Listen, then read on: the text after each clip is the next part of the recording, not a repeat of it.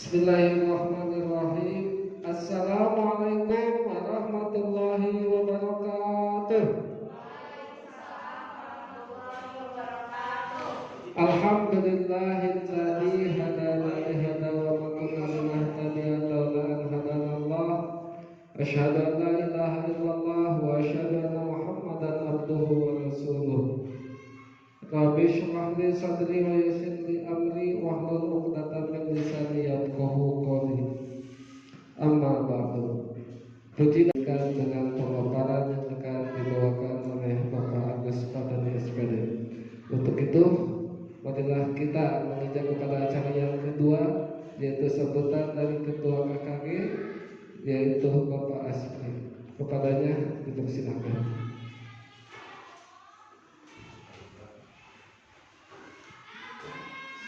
Bismillahirrahmanirrahim. Assalamualaikum warahmatullahi wabarakatuh.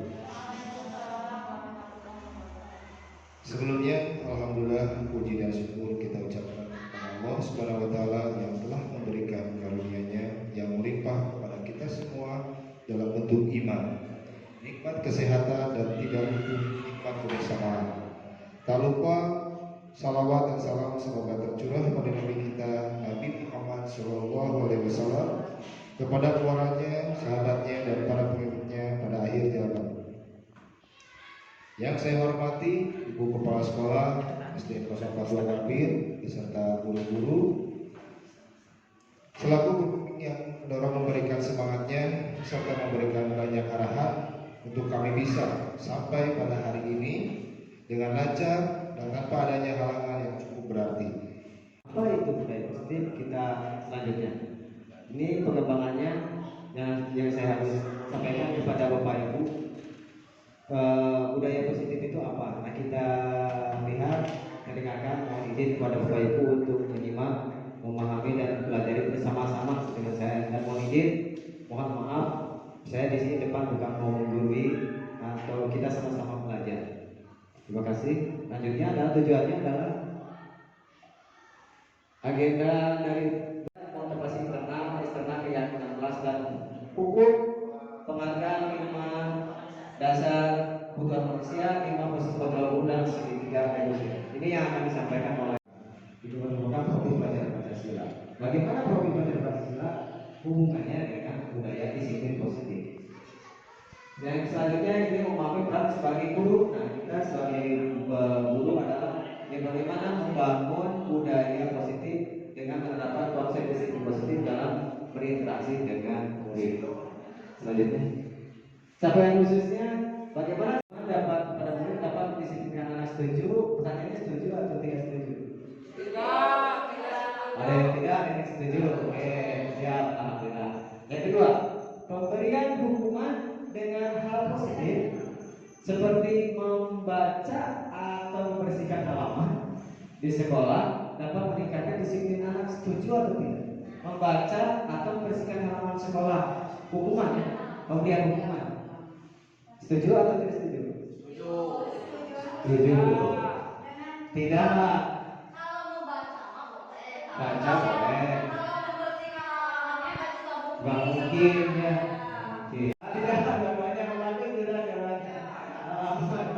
Selanjutnya, yang ketiga, memberi penghargaan, memberi hadiah dapat meningkatkan motivasi belajar anak.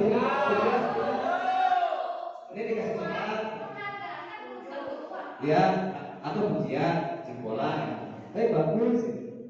Setuju atau tidak? Oke. Selanjutnya, sering digembar-gemborkan oleh Bapak Bagus itu bagaimana memanusiakan manusia. Di sini mungkin ada kebutuhan dasar manusia. Selanjutnya, dunia dan berkualitas restitusi 5 posisi kontrol. 5 posisi kontrol ini kita posisi di mana? Termasuk saya sendiri ya.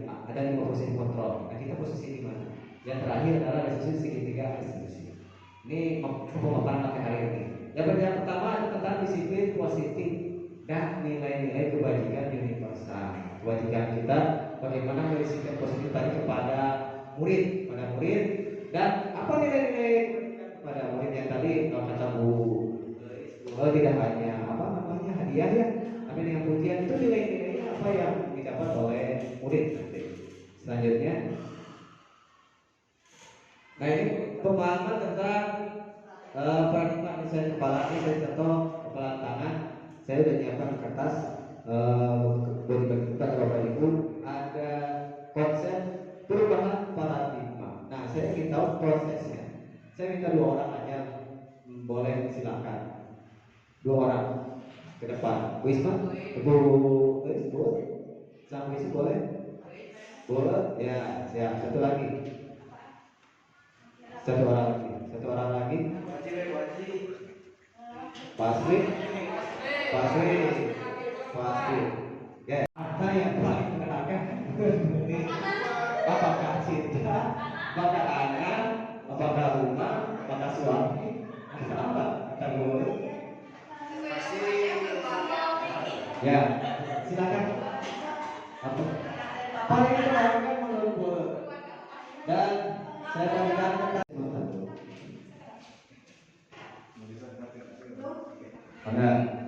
ada yang paling berharga menurut Bapak? Karena Bapak Bapak di mata Allah, Bapak selalu menjadi imam.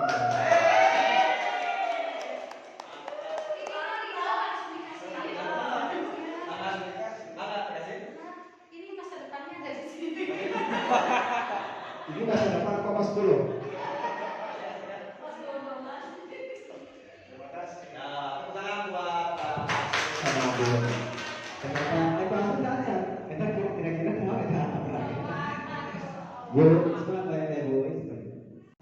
Menghatik, merayu, menyuap apa saja agar dapat membuka kepala teman tangan Anda. Apa yang terjadi? Nah ini kan ternyata boleh dengan rayuan dikasihkan hartanya kepada Pak Asri. Kita lihat, lanjut. Bagaimana posisi tadi? Yang kedua, bahwa kritik dan membuat orang merasa bersalah dalam mengeluarkan kata. Ternyata Pak Asri tidak mengeluarkan ancaman atau mengkritis kepada Bu Ulis. Poin ini Pak Asri tidak. Dalam posisi tidak pernah menyalahkan orang. Karakternya ya, yang tadi ya, drama tadi. Yang ketiga adalah bahwa semua perbuatan positif efektif dan bermanfaat. Apapun yang dilakukan Bu Ulis, mau dengan rayuan, dengan ancaman, dia intinya jangan menyalahkan orang lain, karena pasti dia punya tujuan. Padahal yang pengetahuan Bu Ulis ini buat saya gitu. Tapi kata Bu Ulis berpikiran sama. Jadi Bu Ulis lalu pandangan akan masalah ya, bisa ya, jadi ya. Yang kedua, perilaku buruk dilihat sebagai suatu kesalahan. Termasuk saya sendiri, bahwa orang lain bisa saya dirubah. Yang ini juga ini positif negatif ya. Posisi negatif. Saya bisa mengontrol orang lain bisa saya kontrol. Saya bisa mengontrol orang lain. Ini pertanyaan ini pertanyaan yang menurut saya negatif. Yang ketiga, pemaksaan dan pada saat bujukan gagal.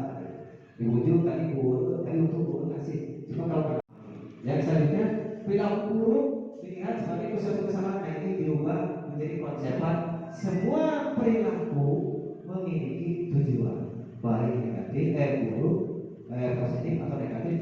Berarti semua memiliki tujuan. Kita lupa mindset. Yang ketiga, hanya dan orang lain bisa mengontrol saya, dirubah. Hanya Anda yang bisa mengontrol diri Anda sendiri. Hanya saya yang bisa mengontrol diri saya sendiri. Jangan mengontrol orang lain. Kira-kira saya bukan mengontrol diri saya sendiri kan? Saya sendiri belum bisa mengontrol karena saya tidak bisa mengatur orang lain. Saya sendiri juga aturannya gitu. Saya juga harus bisa mengontrol diri saya sendiri. Belum bisa saya. Belum belajar bersama. Nah makanya disiplin. Untuk berdisiplin saya sendiri. Untuk berdisiplin belajar, saya belajar mengontrol diri sendiri dengan menggali potensi yang ada dalam diri saya agar tercapai tujuan mulia, yaitu sesuatu menjadi seseorang yang kita inginkan berdasarkan nilai-nilai yang kita hargai. Ya, saya berusaha menghargai diri saya sendiri, saya berusaha mengontrol diri saya sendiri. Tapi dalam artian orang tidak bisa mengontrol orang lain atau memaksakan, apalagi memaksakan atau membujuk. Silakan saja. Dan sama-sama tentang makna disiplin. Tolong disiplinkan dulu diri saya sendiri. Kira-kira udah benar diri kita. Kalau udah benar, ayo ikut bebarengan, gitu. Asalkan Jadi judul yang selanjutnya adalah tentang semua perilaku memiliki tujuan. Nah, saya bilang murid itu berperilaku A, B, C, D yang pernah kita ajarkan itu A atau di mana. Lihat anak-anak, pasti mereka murid kita itu punya tujuan, gitu. Negatif atau positif. Kadang ada yang curhat sore gitu ya, berperilaku yang tidak, tapi mereka punya tujuan sebenarnya, punya tujuan. Nah tujuannya itu, nah bagaimana tujuan ini kita solusinya yaitu dengan teori motivasi, gitu. Teori motivasi.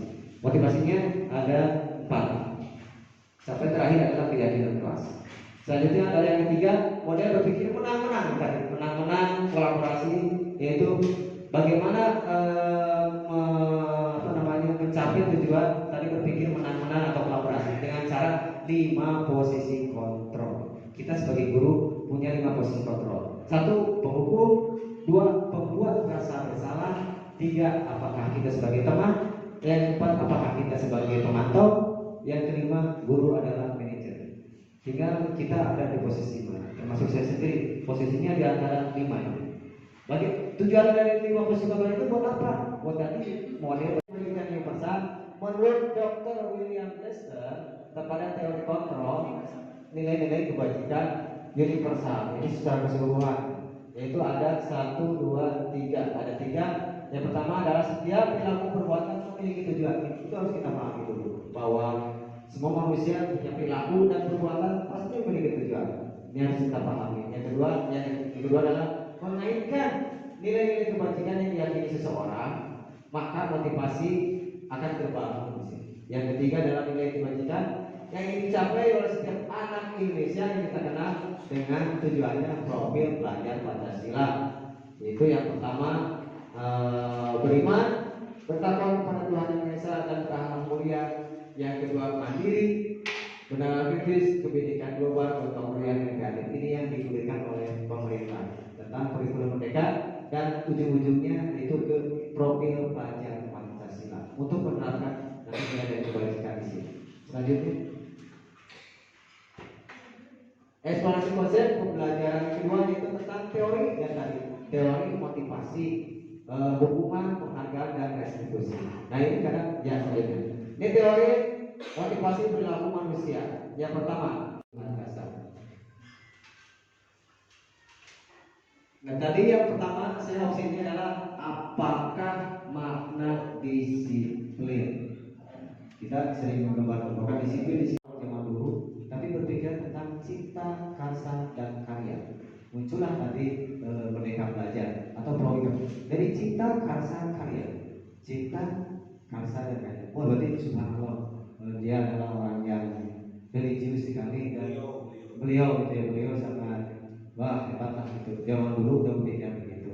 Tujuannya merdeka, merdekanya lahir batin dia begitu. Menurut Kiai Dewa, merdeka itu artinya tidak terlepas dari perintah dan akan tetapi juga cakap buat memerintah diri sendiri. Ternyata diri di sini, pemerintah diri sendiri. Baik lagi pada diri sendiri di sini.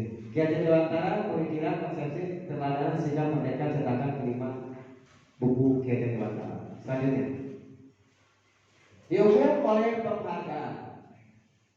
Di sini bahwa penghargaan berlaku sama dengan hukuman.